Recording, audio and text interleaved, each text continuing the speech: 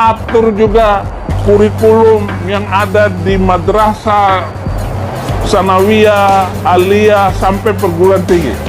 Karena sumber kekacauan itu adalah dari kurikulum yang tidak benar. Bahkan kurikulum di pesantren, Pak, jangan takut untuk dirombak. Bapak periksa, ganti guru-gurunya yang... Karena pesantren itu melahirkan kaum radikal semua.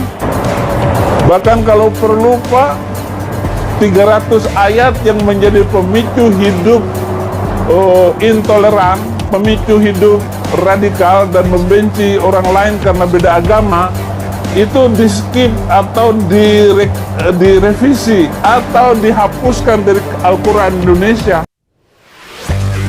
Persekutuan Gereja-Gereja di Indonesia atau PGI meminta pernyataan Saifuddin Ibrahim tak perlu ditanggapi lebih panjang. Kepala Humas PGI Jerry Sumampau menilai Saifuddin hanya ingin mencari sensasi. PGI berharap soal itu tak usah ditanggapi lebih panjang, kata Jerry lewat keterangan tertulis pada Kamis 17 Maret 2022. Jerry mengatakan perkataan Saifuddin tentang menghapus 300 ayat di Al-Quran adalah pernyataan pribadi. Dia bilang pernyataan itu tak berhubungan dengan PGI dan gereja lainnya. Kebetulan saja Saifuddin Ibrahim dibilang atau menyebut diri pendeta, kata dia. Jerry beranggapan Saifuddin kerap mencari sensasi dengan mengatakan sesuatu yang kontroversial dan provokatif. Jika ditanggapi, kata dia, Saifuddin malah makin senang. PGI berharap umat Islam tak terprovokasi dengan berita seperti itu, kata dia. PGI, kata Jerry, berharap pemberitaan itu tidak digunakan oleh kelompok tertentu untuk membuat gaduh dan merusak kerukunan. PGI, kata dia, meminta agar pernyataan Saifuddin tak perlu dibahas lagi.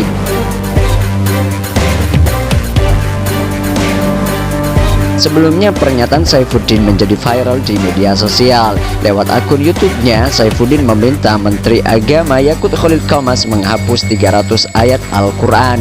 Pernyataan ini sampai ditanggapi Menteri Koordinator Bidang Politik, Hukum, dan Keamanan Mahfud MD. Mahfud meminta Polri menyelidiki tayangan video Saifuddin karena menimbulkan kegaduhan. Menurut Mahfud, pernyataan Saifuddin Ibrahim telah meresahkan dan berpotensi memecah belah umat beragama di Indonesia. Untuk apa takut untuk mengatakan masalah azan itu urusan Menteri Agama, kenapa rakyat marah? Nggak usah takut dan jangan mundur sedikit pun dengan kaum kadrun itu, kaum Islam Sontoloyo itu, Pak.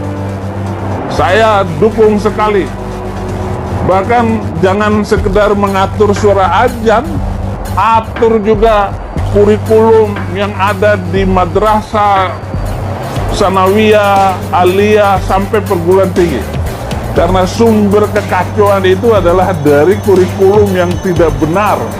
Bahkan kurikulum di pesantren, Pak, jangan takut untuk dirombak.